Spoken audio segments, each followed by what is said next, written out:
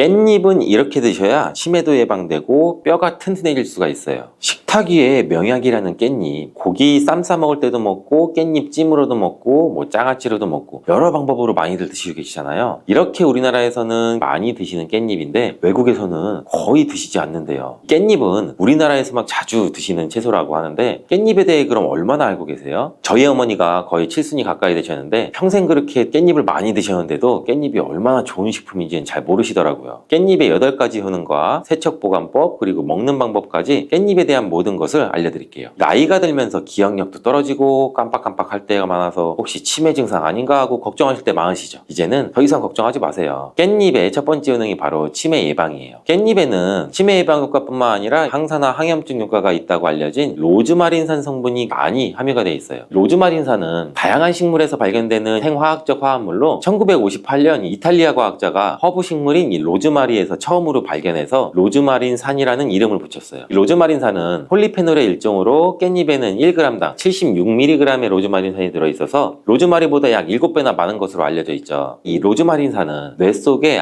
아세틸콜린이라는 성분이 분해되는 걸 막아주는데 아세틸콜린의 역할이 뇌 속에서 뇌신경세포 간의 정보를 전달해서 기억력, 인지 능력을 강화하는 기능을 하죠. 치매 환자는 이 아세틸콜린이 쉽게 분해돼서 치매 증상이 악화되는 경우도 많은데 깻잎 속의 로즈마린산이 이렇게 중요한 아세틸콜린을 보호하는 기능을 한다는 거죠. 또한 깻잎에는 비타민 A랑 C, E 등이 풍부해서 뇌세포의 손상을 막아주고 뇌의 노화를 예방해주는 효과도 있어요. 그리고 깻잎에는 철분도 풍부해서 빈혈 예방 효과도 가지고 있고 뇌의 산소 공급을 더 원활하게 해주기 때문에 다방면으로 뇌의 건강에 도움을 받을 수가 있죠. 그래서 이런 깻잎의 섭취와 함께 부가적으로 치매 예방을 위해서는 규칙적인 운동과 균형 잡힌 식습관, 스트레스 관리 등이 함께 이루어지면 훨씬 더 좋은 효과를 발휘할 수가 있겠죠. 깻잎의 두 번째 효능은 바로 뼈 건강에 도움을 준다는 거예요. 보통 여성의 경우 폐경 이후에 골밀도가 감소해서 골다공증이 오는 확률이 많아지는데 이 골다공증을 예방하기 위해서 우리가 보통 칼슘제를 복용하고 필요한 경우에는 병원에서 처방약을 받아 복용을 하시게 되잖아요. 깻잎에는 이 칼슘이 굉장히 많이 들어있어요. 채소 중에 칼슘의 왕이라는 이 시금치보다도 무려 7배나 더 많이 들어있고 우유보다도 2배나 더 많은 칼슘을 가지고 있죠. 근데 이 칼슘은 몸의 흡수율이 낮기 때문에 칼슘 영양제를 드셔도 효과가 약한 경우도 있어요. 깻잎에 많이 들어있는 성분 중에 하나가 비타민 K예요. 이 비타민 K는 칼슘 대사에 관여하는 오스테오칼신이라는 단백질을 활성화시키는데 이 오스테오칼신은 혈관 속에 있는 칼슘이 뼈로 이동하는 것을 도와주기 때문에 조금 더 직접적으로 골밀도를 높이는 데 도움을 줄 수가 있겠죠. 이렇게 깻잎은 다방면으로 골다공증 예방에 큰 도움을 주는데 놀라운 효능이죠. 깻잎의 세 번째 효능은 바로 항암작용이에요. 깻잎은 강력한 항암작용 효과가 있는데 바로 깻잎에 들어있는 파이토케미컬이라는 성분들 때문이에요. 특히 루테올린, 퀘세틴 같은 성분들은 암세포가 증식하고 전이되는 걸 억제하고 암세포가 자연스럽게 죽도록 자멸 기전을 유도하는 효과도 있어요. 또 항산화, 항염증 효과도 가지고 있어서 암세포가 발현되는 것을 초기부터 억제하는 효과도 갖고 있고요. 임상연구에서 특히 이 파이토케미컬은 위암, 유방암 등에서 직접적으로 암세포의 성장과 증식을 억제하는 효과를 보여주었어요. 또 고유감에 있어서도 큰 억제 효과가 있는 것으로 보고가 되었죠. 이렇게 항암작용이 있는 깻잎 꼭 기억하시고 암 예방에도 많은 도움을 받으시길 바라고요. 네 번째 깻잎의 효능은 눈 건강에 도움을 주는 거죠. 깻잎에는 루테인이 풍부하게 들어있어서 루테인은 눈의 망막에 축적이 되는 항산화제로서 자외선에 의해서 발생하는 활성산소를 제거해줘. 그래서 눈의 노화를 예방하고 시력을 유지시키는 데 반드시 필요한 거고 또 루테인은 눈의 황반을 구성하는 성분으로 황반 변성이나 백내장 같은 안구 질환을 예방하는 데도 필수적이죠. 또 이 깻잎에는 루테인 말고도 베타카로틴이 풍부한데 베타카로틴은 비타민 A의 전구체죠. 눈의 점막을 보호하고 야맹증을 예방해주고 항산화 작용과 함께 눈의 피로 해소에도 도움이 되고 이렇게 깻잎이 눈의 노화 방지와 기능 유지에 큰 도움을 준다는 점 꼭 기억하시면 좋겠죠. 다섯 번째 깻잎의 효능은 바로 소화기능 촉진이에요. 깻잎 100g에는 식이섬유가 약 4g이나 들어있는데 이 풍부한 식이섬유는 장 운동을 촉진하고 변비를 예방할 뿐 아니라 소화기능을 돕는 데 큰 역할을 하죠. 또한 깻잎의 이런 효능은 음식물을 빨리빨리 움직이게 해서 장에서 오래 머물지 않게 해요. 음식물이 장에 오래 머물게 되면 들어보신 적이 있을 수도 있는데 담적병이라는 것이 생길 수가 있죠. 담적 독소가 생기면서 전반적인 소화장애나 팽만감, 통증 등이 유발되고 위장관의 순환을 저해하는데 깻잎의 식이섬유들은 이 담적병을 예방하는 데 도움을 줄 수가 있죠. 여섯 번째 깻잎의 효능은 강력한 항균 기능이죠. 여러분 이 깻잎에는 그 특유의 향이 있잖아요. 이 특유의 향을 나타내는 것은 페릴알데하이드랑 페릴케톤 등의 성분 때문인데 바로 이 성분들이 세균과 바이러스를 억제하는 향균 작용을 나타내요. 또한 깻잎에 많이 함유된 로즈마린산도 강력한 항균 작용을 하는데 이 때문에 다양한 감염을 예방하는 효과를 갖고 있어서 몸의 건강을 유지할 수가 있죠. 마지막 일곱 번째 번째 깻잎의 효능은 면역력 강화와 조절이에요. 대표적인 항산화물질인 베타카로틴이 깻잎에 풍부해서 면역력을 높여주고, 또한 깻잎에는 비타민 A, C가 풍부한데 이 비타민들은 백혈구의 활성화를 도와주죠. 그리고 앞에서 얘기했던 루테올린과 퀘세틴 성분은 이 염증 매개체의 분비 및 히스타민의 방출을 억제해서 면역계가 과활성화되면서 나타나는 콧물이나 재채기, 가려움 이런 알러지 증상 등을 완화시킬 수가 있죠. 이렇게 좋은 효능이 많은 깻잎도 드실 때 주의하셔야 할 분들이 있어요. 깻잎에는 다른 좋은 성분들과 함께 칼륨 또한 함유량이 높기 때문에 신장이 약하신 분들이 깻잎을 많이 드시면 신장에 무리를 줄 수가 있으니 과다하게 섭취하는 것을 피하길 바라고, 비타민 또 K가 풍부하다고 했잖아요. 이 비타민 K는 혈액을 응고시키는 효과가 있어요. 그래서 처방으로 혈전 용해제를 복용하시는 분들이 깻잎을 많이 드시면 약의 효과도 떨어질 수가 있기 때문에 일상적으로 가볍게 드시는 정도는 무리가 없지만 과하게 드시는 거는 피하는 게 좋겠죠. 또 하나의 주의사항이 있는데 그것은 바로 잔류농약이죠. 국립농산물품질관리원에서 조사를 했는데 잔류농약 수치가 깻잎, 상추, 부추 순으로 깻잎이 제일 많았대요. 그 이유가 있는데 깻잎 뒷면에 보시면 까칠까칠한 잔털들이 많이 있잖아요. 이 잔털 때문에 농약뿐 아니라 다른 이물질, 애벌레, 벌레알 등이 잘 달라붙어 있대요. 그래서 깻잎은 특히 세척이 아주 중요한데 세척하는 방법도 알려드릴게요. 깻잎은 흐르는 물에만 씻으면 절대 안 돼요. 깻잎의 상한 부분이나 검게 변한 꼭지 부분을 잘라주고 물에 푹 담가주시는 게 좋아요. 그리고 식초를 조금 넣고 5분 정도 기다려주세요. 그 후에는 깻잎 한 장 한 장씩 떼서 흐르는 물에 앞뒷면을 잘 씻어주시면 돼요. 뭐 세척이 그렇게 어렵진 않죠. 깻잎은 또한 금방 검게 돼서 보관하기 약간 어려운 채소인데 보관법도 바로 알려드릴게요. 깻잎은 낮은 온도에 약하고 보관할 때도 수분이 없으면 금방 시들어 버리거든요. 오래 보관할 수 있는 방법은 깻잎을 깨끗이 씻고 물기를 너무 탈탈 털지 마시고, 혹시나 너무 탈탈 터셨다면 지퍼백 안에 물을 살짝 넣으시면 돼요. 깻잎의 꼭지를 아래로 향하게 해서 넣어주시고, 그러면 아래쪽의 고인 물에 깻잎의 꼭지가 살짝 잠겨 물을 흡수하게 되면 금방 시들지 않아요. 그리고 냉장고에 문짝에 세워서 보관해 주시면 되죠. 냉장고 안쪽은 온도가 상대적으로 낮아 깻잎이 쉽게 상할 수가 있어서 바깥쪽인 문에 보관하시면 되는 거예요. 깻잎도 드시는 방법이 중요한데 생으로 먹을 때도 물론 좋은데 찜으로 먹을 때 영양소의 흡수를 더욱 많이 할 수가 있어요. 간단하면서도 맛도 좋고 영양도 좋은 깻잎찜 만드는 방법도 알려드릴게요. 우선 잘 씻은 깻잎을 준비하시고 양념장을 만들어요. 양념장은 고춧가루 1스푼, 간장 1스푼, 물 5스푼, 다시마 육수가 있다면 더욱 좋겠죠. 그리고 설탕 1스푼, 매실청 1스푼, 들기름 2스푼을 넣어주고 양파 반 개를 잘 다져서 양념장에 넣어주신 다음 섞어주면 되죠. 들기름을 사용하게 되면 향도 좋을 뿐 아니라 들기름에는 항염증의 효과가 좋은 이 감마 리놀렌산이 풍부해서 아토피나 피부 건조증에도 많은 도움을 줄 수가 있죠. 그리고 깻잎과 들기름을 같이 조리를 하면 깻잎의 풍부한 항산화 성분인 베타카로틴의 흡수율도 높일 수 있는 효과도 있어요. 오늘 알려드릴 깻잎찜은 불을 사용하지 않고 전자레인지를 이용할 건데요. 전자레인지 용기에 깻잎을 넣고 양념장을 잘 묻혀줘요. 또 깻잎을 넣고 양념장을 묻혀주시고 겹겹이 깻잎을 잘 넣은 다음에 랩으로 잘 덮어주시고 숨구멍을 뚫어주죠. 그리고 전자레인지에 넣고 2분 정도 돌려주면 끝이에요. 정말 간단하죠. 두 번째 깻잎을 드시는 방법은 깻잎 두부 계란전이에요. 먼저 잘 씻은 깻잎을 채 썰어주시고 두부 반모를 면포에 걸러 물기를 짜주죠. 여기에 계란 2개를 넣어주시고 약간의 소금으로 간을 하시면 돼요. 잘 섞어서 그리고 반죽을 한 다음에 팬에다가 잘 붙여주시면 되는데 이렇게 같이 드시는 이유가 있어요. 첫 번째는 깻잎을 계란과 함께 드시면 치매 예방 효과도 나타날 수가 있고, 깻잎의 로즈마린산이 아세틸콜린에 분해되는 것을 막아준다고 했잖아요. 계란 노른자 속에 풍부한 콜린이 바로 이 아세틸콜린의 양을 증가시켜 인지 능력 저하, 기억력 개선을 도와줄 수가 있죠. 그리고 두 번째, 두부에는 비타민 D의 함량이 풍부하기 때문에 두부 100g에는 하루에 섭취해야 되는 비타민 D의 양이 약 40배나 많은 비타민 D가 들어있어요. 깻잎의 풍부한 칼슘이 두부의 비타민 D와 만나 흡수율이 좋아지게 되죠. 이렇게 깻잎을 계란 두부와 함께 드시면 치매 예방과 골다공증 예방에 아주 좋은 음식이 되겠죠. 간단하고 영양이 풍부한 깻잎 두부 계란전 꼭 한번 해 드셔 보시기를 바라요.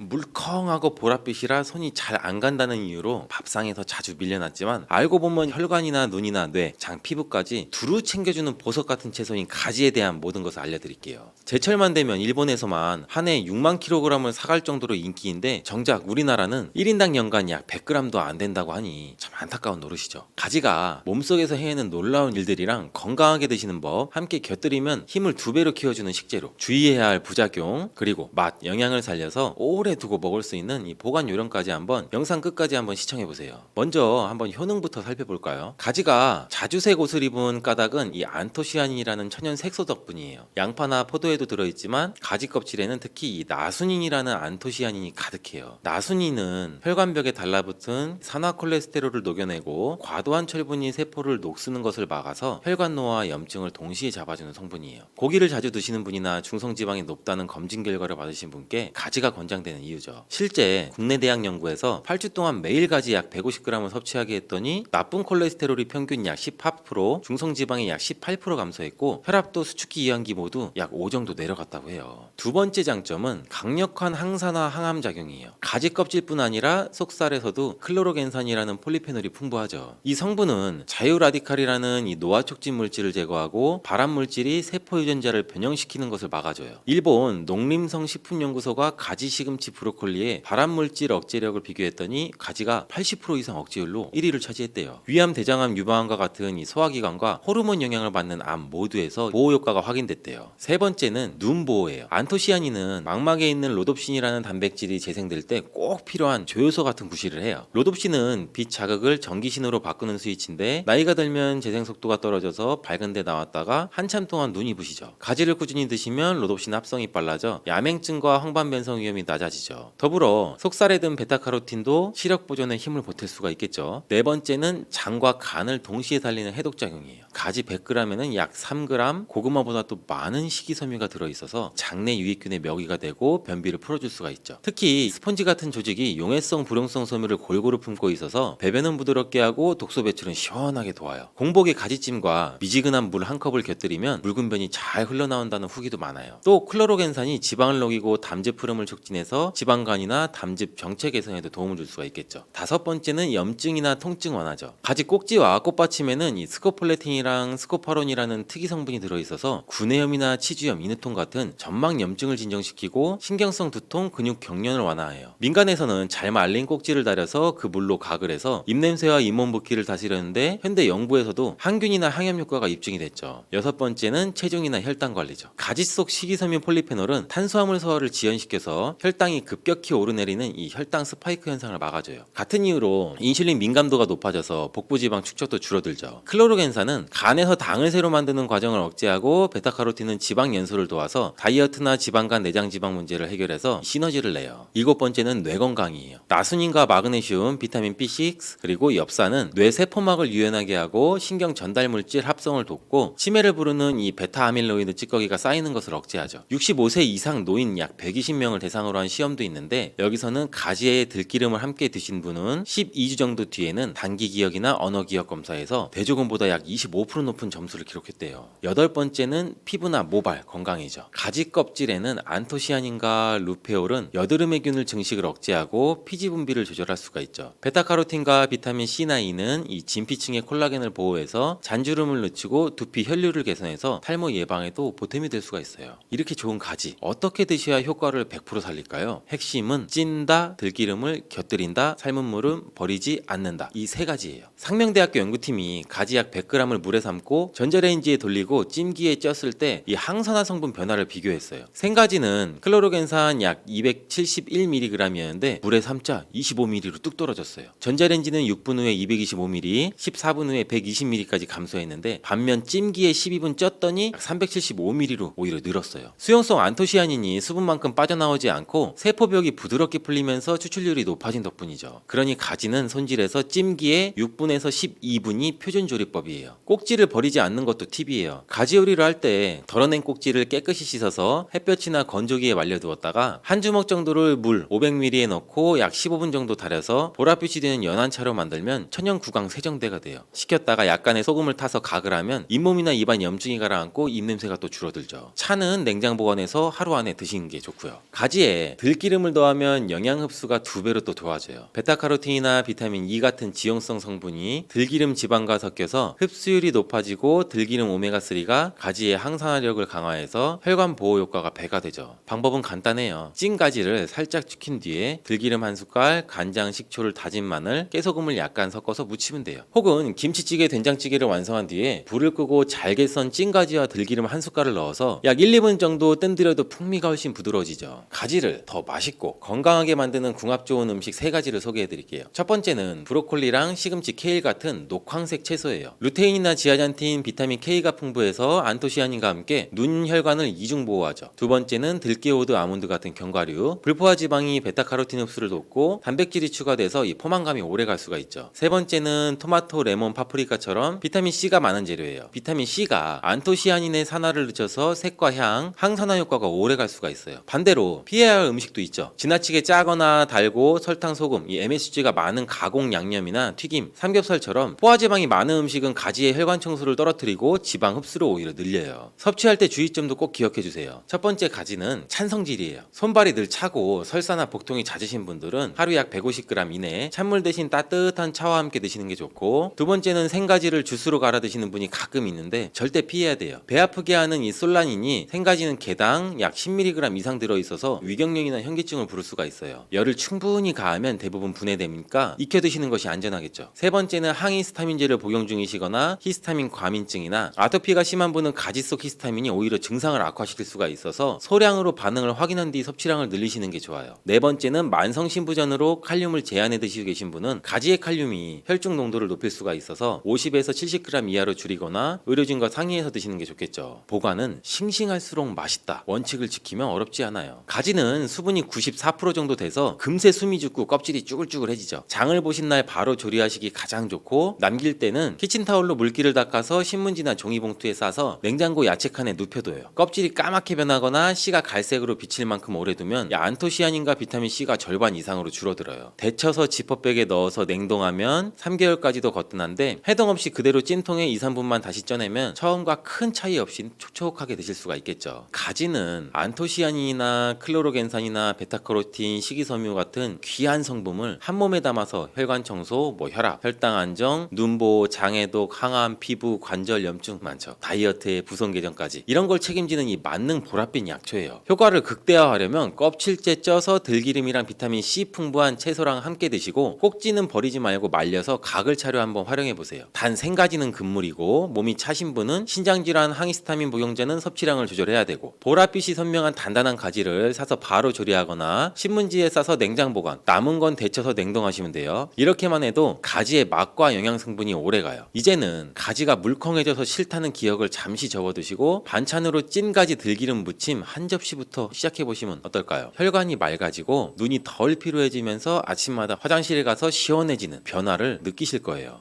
우리가 늘 곁에 두고 먹으면서도 진가를 다 알지 못했던 착한 음식 감자 이야기를 풀어드리려고 합니다. 밥상에 자주 오르지만 그냥 배 채우는 탄수화물 아니야? 하고 지나치기 쉬웠죠. 사실 감자는 세계 4대 주식 작물로 꼽힐 만큼 아주 훌륭한 식량이면서도 이제껏 밝혀진 연구를 꼼꼼히 살펴보면 혈관부터 뼈, 근육, 피부, 장 건강까지 챙겨주는 팔방미인 식품입니다. 특히 60대 이후에는 근육이 해마다 1%씩 줄어들기 때문에 단백질과 미네랄 관리가 필수인데요. 감자는 이 부분에서도 큰 도움을 줍니다. 지금부터 감자의 숨은 효능, 제대로 맛과 영양을 살리는 조리법, 드실 때 꼭 기억해야 할 안전 수칙, 그리고 함께 먹어야 더 좋은 식재료까지 모두 정리해 드릴 테니 메모지 꺼내 두시고 편안히 들어주세요. 먼저 감자 한 알에 어떤 영양이 들어있는지부터 살펴볼까요? 중간 크기 감자 한 개 약 150g에는 열량이 고작 110kcal 정도밖에 되지가 않습니다. 대신 수분이 80% 이상이라 갈증 해소에도 좋고, 비타민C가 약 27mg이나 들어있어서 하루 필요량의 약 30%를 충당해줍니다. 비타민C는 열에 약하다는 말 많이 들어보셨죠? 감자 속에 있는 비타민C는 전분이 둘러싸서 보호막을 만들어주기 때문에 삶거나 찌워도 손실이 비교적 적습니다. 덕분에 피부와 잇몸, 혈관을 구성하는 콜라겐 합성을 도와서 주름이나 출혈, 또 잇몸 붓기를 예방해주고 철분 흡수를 도와서 빈혈 개선에도 힘을 보태줍니다. 감자 껍질과 감자 바로 밑에 과육에는 클로로겐산이라는 폴리페놀 항산화 물질이 아주 듬뿍 들어 있습니다. 이 성분은 세포 노화를 막아주고 몸속의 과산화지제를 줄여서 피부 탄력과 주름 관리, 또 심장질환 예방, 그리고 암세포 억제에도 긍정적인 역할을 한다고 알려져 있습니다. 콜레스테롤, 중성지방이 높은 분, 혈당이 들쑥날쑥한 분, 살이 잘 찌는 체질이신 분에게 아주 꼭 필요한 자연 항산화제가 되겠죠. 감자 한 개에는 바나나 한 개보다 많은 칼륨이 숨어 있는데요. 칼륨은 몸속의 나트륨을 밖으로 내보내서 혈압을 부드럽게 낮춰주고 다리 부종과 경련을 완화해줍니다. 자다가 종아리에 쥐가 자주 나는 분은 아침에 쪄서 껍질째 드신 감자 한 개가 아주 훌륭한 칼륨 보충제가 될 수 있습니다. 게다가 마그네슘도 하루 권장량의 약 10%가량이 들어있어서 근육 이완과 심장 박동 안정에도 한몫을 해주죠. 단백질 이야기도 빼놓을 수가 없는데요. 감자 100g의 단백질 함량은 약 2g 남짓이지만 질이 뛰어나다는데 그 의미가 있습니다. 네덜란드 연구에서 흡수율 그리고 아미노산의 균형을 따져서 100점을 넘으면 최고급 단백질이라 불렀었는데 달걀, 카제인과 함께 감자가 그 명단에 이름을 올렸습니다. 캐나다 연구도 감자 단백질을 섭취한 그룹이 근육 합성이 더 빨랐다는 결과를 내놓았죠. 날마다 달걀 한두 개와 껍질째 찐 감자 한두 개를 같이 드시면 동물성, 식물성 단백질을 균형 있게 받아서 근육이 빠지는 속도를 늦추고 힘찬 일상을 유지하실 수가 있습니다. 이쯤 되면 좋은 건 알겠는데 그럼 어떻게 먹어야 영양 손실을 줄일 수 있을까 궁금하실 텐데요. 감자를 조리할 때 효능 변화가 큰 영양소가 바로 클로로겐산입니다. 생감자 껍질 1g엔 1mg 정도 들어있는데 삶으면 0.6mg으로 줄어들고 찌면 오히려 1.6mm까지 늘어난다는 실험 결과가 있습니다. 이는 찌는 과정에서 효소의 활성이 살아나고 물에 녹아서 빠져나가지 않기 때문인데요. 반면에 구울 때는 약 200도씨 이상 고온을 오래 가해서 폴리페놀이 대부분 파괴가 되고 튀기면 기름과 열이 만나서 발암물질인 아크릴아마이드가 생길 수 있어서 피하는 것이 좋습니다. 결론은 그래서 간단합니다. 깨끗이 씻어서 껍질째 찐 감자가 영양 보존율 1등입니다. 찔 때는 찜통 뚜껑에 물방울이 다시 떨어져서 과육이 물러지지 않도록 면포를 한 겹 덮어주시면 식감이 훨씬 좋습니다. 그럼 생감자즙 이야기도 한번 해볼까요? 위궤양, 위염이 잦은 분은 공복에 생감자즙을 한 컵 마시면 위산 과다로 인한 통증을 완화하는데 도움을 받을 수가 있습니다. 만드는 요령은 간단한데요. 깨끗이 씻어서 싹과 녹색의 껍질을 잘 도려낸 감자 반 개를 사과 조각 그리고 비트 조각과 함께 믹서에 넣고 물을 반 컵 정도를 부어서 곱게 갈아주시면 바로 완성이 됩니다. 다만 감자가 찬 성질이 강하기 때문에 배가 찬 분들이나 평소 장 트러블이 잦은 분은 한 번에 종이컵 절반 정도의 양만 드시고 따뜻한 물이나 여기에 생강차를 곁들이시면 속이 편안하실 겁니다. 감자는 글루텐이 없어서 밀가루 알레르기가 있는 분도 부담 없이 드실 수 있다는 장점이 있습니다. 대신 혈당 걱정이 있는 분은 양 조절이 중요한데요. 감자 자체의 혈당 지수는 밥보다는 약간 낮지만 익히는 방식이 이 당의 수치를 결정하게 됩니다. 구운 감자나 말랑하게 삶은 감자는 전분이 노화되지 않아서 혈당을 빨리 올릴 수가 있습니다. 껍질째 찐 뒤에 식혀서 먹으면 저항성 전분이 늘어나 혈당 상승이 완만해져서 당뇨가 있으신 분이라면 찐 뒤에 식혔다가 다시 살짝 데워 먹기 방법을 권합니다. 감자만 단독으로 많이 먹으면 탄수화물 과잉이 될 수 있기 때문에 여기에 삶은 달걀, 그릭 요거트, 삶은 콩과 한 접시에 담아서 단백질과 식이섬유를 함께 챙기시면 혈당 관리에도 훨씬 유리합니다. 이제 감자 먹을 때 주의사항도 짚고 넘어가 봐야겠죠. 감자의 싹과 녹색 부분에는 솔라닌이라는 독성 알칼로이드가 들어있습니다. 열을 가해도 쉽게 분해되지가 않아서 이걸 드시게 되면 메스꺼움, 설사, 두통이 생길 수가 있기 때문에 반드시 도려내고 드셔야 합니다. 겉이 주름지고 물렁한 감자, 흠집이 깊거나 곰팡이가 핀 감자, 그리고 빛에 노출이 돼서 군데군데 초록빛이 도는 감자는 과감하게 버리시길 권합니다. 만성 신장질환으로 칼륨 제한을 받으시는 분은 한 번에 작은 감자 반 개 정도만 드시고 드시기 전에 물에 얇게 썰어서 약 30분 이상 담가 칼륨을 일부 빼내는 방법도 기억해 두시면 좋습니다. 감자와 궁합이 맞는 음식도 여러 가지인데요. 앞서 말씀드린 달걀과의 궁합은 근육과 뼈 건강에 최고이고 김치, 된장, 청국장처럼 발효된 짠 음식을 곁들이면 칼륨이 나트륨 배출을 도와주기 때문에 짠맛의 부담을 낮출 수가 있습니다. 오븐 대신에 에어프라이어에 껍질째 반으로 썬 감자와 양파, 버섯을 넣고 180도에서 10분 정도만 돌려도 소금에 절인 듯한 감칠맛이 살아나는데 여기에 마늘, 파슬리, 올리브유를 살짝 뿌려주시면 혈관 보호 효과가 배가 됩니다. 찐 감자를 으깨서 요구르트 대신에 무지방 그릭 요거트, 아보카도와 함께 섞으면 마요네즈 없이도 아주 고소한 감자 샐러드를 즐길 수가 있으니 콜레스테롤 걱정이 있는 분도 안심하고 드실 수가 있겠습니다. 그리고 식사 타이밍도 중요한데요. 아침에 식욕이 없을 때 밥 대신 껍질째 찐 감자 두세 조각과 삶은 달걀, 견과류 한 줌, 따뜻한 두유 한 컵을 드시면 포만감이 오래 가기 때문에 점심에 과식하는 것을 막아줄 수가 있습니다. 저녁에는 감자를 너무 늦게 많이 드시면 칼륨, 수분 때문에 밤새 소변이 잦아질 수가 있어서 오후 6시 이전에 드시는 것이 좋고, 그 이후에는 양파나 버섯, 브로콜리 같은 가벼운 채소로 마무리하시는 편이 좋습니다. 혹시 치아가 약해서 딱딱한 껍질이 부담스러우신가요?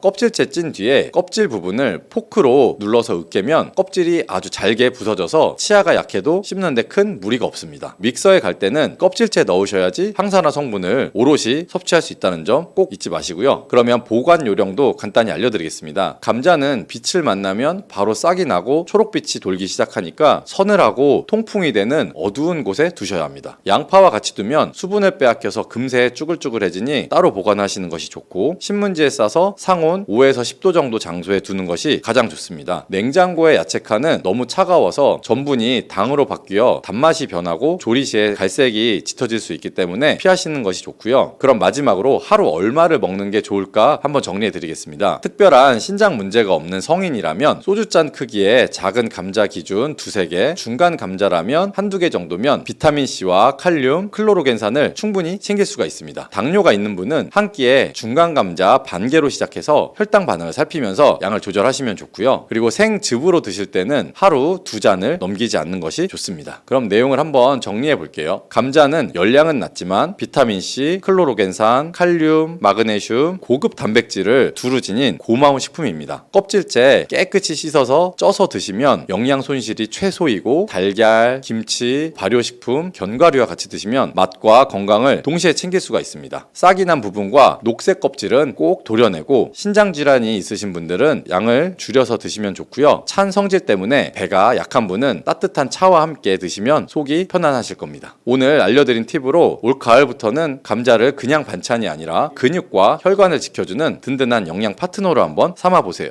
계란과 함께 먹으면 안 되는 음식 알고 계시나요? 계란과 절대 같이 먹어서는 안 되는 첫 번째 음식은 정제된 탄수화물 덩어리인 빵입니다. 많은 분들이 아침으로 즐기는 계란과 빵이 암과 치매 예방에 나쁜 조합이라고 할 수가 있는데요. 브레인푸드라는 별명까지 있는 계란에는 콜린이라는 성분이 풍부한데요. 콜린은 뇌의 기능을 강화하고 뇌세포의 중요한 부분을 이루는 비타민 B 복합체입니다. 이는 기억력과 집중력 증진에 매우 좋은 효과를 보이고, 기억력 저하, 치매, 알츠하이머의 예방과 치료에 많은 도움을 주는 성분입니다. 콜린 성분으로 의약품이나 건강기능식품들도 많이 나와 있죠. 이는 혈관 내 염증을 줄여줘서 암 예방에도 도움을 줄 수가 있는데요. 그런데 놀랍게도 콜린과 반대로 작용하는 것이 밀가루입니다. 밀가루는 75% 이상이 탄수화물로 구성되어 있는데요. 이런 저품질의 탄수화물이 많은 빵을 먹게 되면 혈당 수치가 올라가는 혈당 스파이크가 발생을 하고, 이로 인해서 혈관 및 뇌세포에 손상을 줄 수가 있습니다. 계란과 빵을 함께 먹게 되면, 쉽게 설명을 해드리면 우리 몸속에서는 마치 전쟁이 일어나는 것 같은 현상이 나타나게 됩니다. 계란 속의 콜린은 뇌세포를 보호하기 위한 방어막을 형성하려고 하지만, 빵에서 나온 탄수화물에 의해서 생성된 독소가 이 방어막을 파괴하게 됩니다. 특히 백미로 이루어진 쌀밥, 빵 같은 정제된 탄수화물로 된 음식을 자주 섭취해서 고혈당 상태에 놓인 경우에는 건강이 더욱 악화되기가 쉽습니다. 인슐린 저항성이 증가하고 만성적인 염증으로 인해서 콜린이 역할을 제대로 할 수가 없기 때문인데요. 이러한 혈관 내의 싸움은 고혈압, 동맥경화와 같은 심혈관 질환을 일으킬 수가 있고, 인슐린 분비 이상으로 당뇨병을 초래할 수 있으며, 만성염증은 암, 치매의 뇌질환을 유발할 가능성이 있습니다. 그렇기 때문에 건강을 생각한다면 계란과 함께 정제된 밀가루를 사용하지 않은 통밀빵이나 다른 음식을 선택하는 것이 좋겠습니다. 레몬과 같은 강산성의 과일도 계란과 함께 먹으면 안 됩니다. 왜냐하면 강산성 과일의 높은 산도는 계란의 단백질 구조에 영향을 미칠 수가 있기 때문인데요. 레몬이나 다른 강산성 과일에 포함된 산이 계란 속 단백질과 반응하면 단백질이 응고가 돼서 소화가 어려워질 수가 있습니다. 이는 위와 소화기관 내에서 단백질의 응고를 유발할 수가 있기 때문에 소화 과정을 방해하게 되고 문제를 일으킬 수가 있는 거죠. 특히 단백질 소화 및 흡수가 저해가 되면 속이 더부룩하고 불편함들이 있어서 심한 경우에는 복통이나 설사와 같은 증상이 나타날 수가 있습니다. 따라서 계란을 섭취할 때는 레몬이나 다른 강산성의 과일과 함께 드시는 것을 피하는 것이 좋습니다. 두유와 콩국물과 계란을 함께 먹는 것도 좋지가 않습니다. 아침 식사로 두유와 계란을 드시거나 체중 관리와 다이어트를 위해서 섭취하는 분들이 많이 계시는데요. 두유 속에 있는 트립신이란 성분이 계란에 알부민과 결합해서 영양소를 파괴하게 됩니다. 계란은 노화로 인한 근육의 손실과 근육 감소증의 예방에 도움이 되는 아주 우수한 단백질을 많이 포함하고 있고 비타민과 미네랄도 풍부합니다. 그러나 두유와 함께 섭취를 하면 이러한 영양 성분들의 이점을 충분히 얻지 못하게 됩니다. 그런데 혹시 계란과 녹차나 홍차를 함께 드신 적이 있을까요? 이런 차들도 피하셔야 됩니다. 차 잎속의 탄닌이 계란의 단백질과 결합해서 탄닌 단백질을 형성을 하는데 이는 위장에 문제를 일으킬 수가 있습니다. 탄닌 단백질은 장의 연동 운동을 늦추고 장내 환경을 악화시켜서 변비를 유발할 수도 있고 발암물질의 체내 흡수 가능성을 증가시킬 수가 있습니다. 이렇게 탄닌과 계란의 조합이 건강에 악영향을 주기 때문에 계란과 감을 함께 드시는 것도 안 됩니다. 계란을 먹고 난 다음에 감을 드시게 되면 가벼운 두통이나 설사, 구토 증상도 나타날 수가 있고요. 심한 경우에는 급성 위장염이나 폐결석까지도 갈 수가 있습니다. 이런 이유도 감에 들어있는 탄닌 성분이 단백질의 소화 기능을 방해하기 때문인데요. 탄닌은 위와 소화기관 안에서 단백질들이랑 결합을 해서 덩어리를 형성을 하게 되고 단백질 분해 효소의 작용을 방해하기 때문에 계란과 함께 섭취 시 위험할 수가 있습니다. 또 하나 계란과 절대 함께 먹으면 안 되는 음식으로는 햄과 같은 가공육입니다. 계란과 가공육의 조합은 정말 최악 중에 하나인데요. 계란은 고단백질, 필수 아미노산, 비타민 B군을 풍부하게 함유하고 있지만 가공육은 나트륨과 포화지방이 높은 경향이 있습니다. 이런 가공육은 과도한 나트륨 섭취와 포화지방 증가로 이어질 수가 있고 이는 혈관에 나쁜 콜레스테롤이 축적이 돼서 동맥경화, 심장병, 뇌졸중 등의 심혈관 질환의 위험을 증가시킬 수가 있습니다. 또 가공육에 포함된 첨가물과 방부제는 소화를 방해하고 장내 환경에 안 좋은 영향을 미칠 수도 있습니다. 계란을 드시는 것을 꺼려 하시는 분들 중에 계란이 콜레스테롤 수치를 올려서 건강에 해롭다고 생각하시는 분들이 있는데요. 이 생각이 틀렸다는 것을 알려드릴게요. 유독 계란이 콜레스테롤을 높여서 성인병을 유발하는 주범인 듯한 이야기는 왜 생겼을까요? 콜레스테롤이 함유된 식품은 계란 말고도 많이 있는데 말이죠. 그 이유는 바로 계란 한 알에 들어있는 콜레스테롤의 양이 사람의 하루 섭취해야 할 콜레스테롤 양의 65% 정도나 되기 때문인데요. 콜레스테롤 양만 따지면 계란 하나를 먹었다면 콜레스테롤이 든 다른 음식은 피하셔야 하는 거죠. 그런데 놀랍게도 계란은 이렇게 많은 콜레스테롤을 가지고 있는 동시에 콜린이라는 영양소까지 다량 함유하고 있습니다. 콜린은 나쁜 콜레스테롤을 간으로 옮겨서 제거하는 기능도 가지고 있습니다. 그래서 좋은 콜레스테롤인 HDL 수치를 높여줄 수가 있고요. 따라서 계란의 콜레스테롤은 콜린에 의해서 자연스럽게 좋은 콜레스테롤로 전환이 될 수가 있습니다. 그래서 한두 개 더 먹는다고 해도 전혀 문제가 되지 않습니다. 중증 심혈관 질환에 걸린 경우가 아니라면 일반적으로 하루 두세 개 정도의 계란 섭취는 건강을 지키는데 큰 도움이 될 수 있다는 것이 대체적인 학계의 정설입니다. 이제 콜레스테롤 걱정 없이 계란을 먹어도 되겠죠. 당뇨가 있는 분들도 마찬가지입니다. 50대 이후가 되면 당뇨 환자가 급격히 많아지게 되는데요. 당뇨는 정말 무서운 병이죠. 당뇨는 고혈압, 심근경색, 뇌졸중, 치매 등 아주 많은 다른 질병을 유발시킬 수 있는 요인이 되기 때문인데요. 당뇨 원인 중에 하나는 비만이 있죠. 비만 관리가 바로 당뇨 관리로 직결이 된다고 해도 과언이 아니죠. 그런데 비만을 일으키는 원인 중에 하나는 아침을 먹지 않는 것이라는 사실 혹시 알고 계신가요? 경희대학교 연구팀이 발표한 논문에 따르면 아침 식사를 먹지 않는 사람은 그렇지 않은 사람보다 비만 위험이 1.5배나 높았고 당뇨병 위험은 무려 2.1배가 높았습니다. 아침 식사를 거르게 되면 우리 몸의 대사가 느려지면서 혈당 조절에도 좋지 않은 영향을 미치게 되기 때문인데요. 이런 위험은 특히 중년 이후에 더 크게 나타나게 됩니다. 나이가 들면서 기초 대사량이 몸에서 줄어들 수밖에 없고 활동량도 감소하기 때문입니다. 따라서 나이가 들어갈수록 아침 식사뿐 아니라 규칙적인 식사를 하는 습관이 매우 중요한데요. 아침 식사에 가장 좋은 음식 중에 하나가 바로 계란입니다. 계란에는 우리 몸에 꼭 필요한 다양한 영양소가 풍부하게 들어있기 때문이죠. 특별히 당뇨 때문에 고생하시는 분들에게는 최고의 식품이라고 할 수가 있습니다. 우선 계란에는 고품질의 단백질이 많이 들어있죠. 계란 한 개에 약 6g 정도가 들어있습니다. 이 단백질이 포만감을 오래 유지시켜줘서 과식을 예방하는 데 도움이 되고요. 또한 단백질은 혈당을 조절하는 호르몬인 인크레틴 분비를 촉진해서 식후 혈당이 급격히 상승하는 것을 억제하고 안정적으로 유지하는 데 효과가 좋습니다. 이뿐 아니라 계란 노른자에는 비타민 D, 비타민 B, 콜린 등 중요한 영양소들이 풍부하게 들어있습니다. 비타민 D는 인슐린의 분비와 감수성을 높이는 데 관여하고 콜린은 간 건강에 도움을 줘서 지방간을 예방하는 데 효과적입니다. 지방간은 비만과 당뇨의 위험 요인 요인 중에 하나이고요. 이렇게 좋은 계란도 함께 먹으면 우리 몸에 보약이 되는 좋은 식품들이 또 있는데요. 더욱 풍부한 영양을 섭취할 수가 있고 당뇨와 비만 관리에도 도움이 됩니다. 계란과 토마토는 빼놓을 수 없는 최고의 음식 궁합입니다. 이 둘의 궁합은 영양학적으로도 굉장히 이상적이고, 계란은 단백질, 비타민 B군, 그리고 필수 아미노산을 다량으로 함유하고 있죠. 한편 토마토는 비타민 C와 항산화 물질인 라이코펜을 많이 포함하고 있어서 이들이 만날 때 서로의 영양 가치가 배가 됩니다. 토마토 속의 라이코펜은 지방에 용해되기 때문에 계란과 같이 먹으면 그 흡수율이 아주 높아질 수 있고요. 이러한 조합은 심혈관 건강을 지키고 면역력을 높이는데 아주 효과적입니다. 또한 토마토의 비타민 C는 계란에 있는 철분의 흡수를 돕기 때문에 빈혈 예방에도 너무 좋습니다. 올리브유를 두른 팬에 계란과 토마토를 넣고 살짝 볶아서 드시면 아침 최고의 식단이 될 수가 있죠. 요즘 아보카도 식단이 인기가 많아지고 있는데요. 계란과 아보카도도 정말 좋은 궁합입니다. 계란에는 풍부하고 다양한 영양소와 아보카도에 함유된 건강에 좋은 지방산, 특히 오메가3 지방산과 비타민 E를 많이 갖고 있어서 이 두 가지 재료가 만나면 서로 영양적 시너지가 폭발하게 됩니다. 아보카도 속의 건강한 지방은 계란의 단백질 흡수를 더욱 좋게 하고, 계란 속의 비타민과 무기질은 아보카도의 지방산을 흡수하는 데 도움을 줍니다. 이러한 조합은 심혈관과 뇌 건강에 긍정적인 효과를 주고 전반적으로 건강을 향상시킬 수가 있죠. 아보카도와 계란을 함께 먹음으로써 식이섬유와 건강한 지방의 결합이 포만감도 높이고 장내 환경도 개선할 수가 있습니다. 간단하게 아보카도, 계란 샐러드를 만들어서 드시면 되는데요. 계란을 채소와 함께 드시면 비타민의 흡수율도 증가할 수가 있습니다. 특히 호박을 함께 섭취하면 부교감 신경을 활성화시켜서 마음을 안정시키고 불안감과 긴장을 완화시켜주는데 좋은 효능을 발휘합니다. 스트레스는 만병의 근원이라고 하는데, 계란과 호박을 함께 드시면 스트레스는 물론 몸의 피로도 줄여줄 수가 있습니다. 비타민 A와 베타카로틴이 많은 호박은 눈 건강에도 매우 유익하죠. 계란에 함유된 루테인과 지아잔틴 같은 카로티노이드 성분과 함께 작용하여 강력한 항산화 효과를 발휘하고 망막을 보호하며 녹내장, 황반변성 같은 퇴행성 안구 질환의 발병률도 낮출 수가 있습니다. 최근에 시야가 뿌옇게 느껴지는 분들이 있다면 계란과 이 호박을 곁들인 식사를 해보시면 아주 좋겠습니다. 계란과 완벽하게 어울리는 다른 식재료 중 하나는 치즈가 있습니다. 치즈는 그 맛이 좋을 뿐만 아니라 영양적으로도 아주 계란과 좋은데요. 계란이 완전 식품으로 여겨질 정도로 여러 영양소를 가지고 있음에도 불구하고 칼슘 함량이 상대적으로 낮은 편인데, 유제품인 치즈는 칼슘을 풍부하게 함유하고 있어서 이를 보완해주게 됩니다. 특히 유제품 중에서 치즈는 계란과 특별히 잘 어울립니다. 치즈는 발효된 우유에서 만들어지며 발효 과정에서 유산균이 작용해 단백질 함량이 감소하므로 과다한 단백질 섭취를 피하면서도 서로의 영양적인 혜택을 보완할 수가 있습니다. 사과도 계란과 정말 잘 어울리는 식품인데요. 다양한 영양소가 계란에 균형 있게 포함되어 있음에도 비타민 C와 식이섬유가 상대적으로 적은 편이라는 점에서 사과가 이를 완벽하게 보완해 줄 수 있습니다. 사과는 비타민과 식이섬유가 많아서 장 기능을 활성화하고 배변을 원활하게 하는데 기여할 뿐만 아니라 혈관에 누적된 해로운 콜레스테롤을 없애서 동맥경화, 심장질환, 뇌졸중 등의 심혈관 질환을 예방하는 데 도움을 줍니다. 특히 단백질 소화에 매우 이롭다는 점에서 계란 섭취 후 소화가 어렵게 느껴지시면 사과를 드시면 소화액 분비를 촉진시켜서 소화를 도울 수가 있습니다.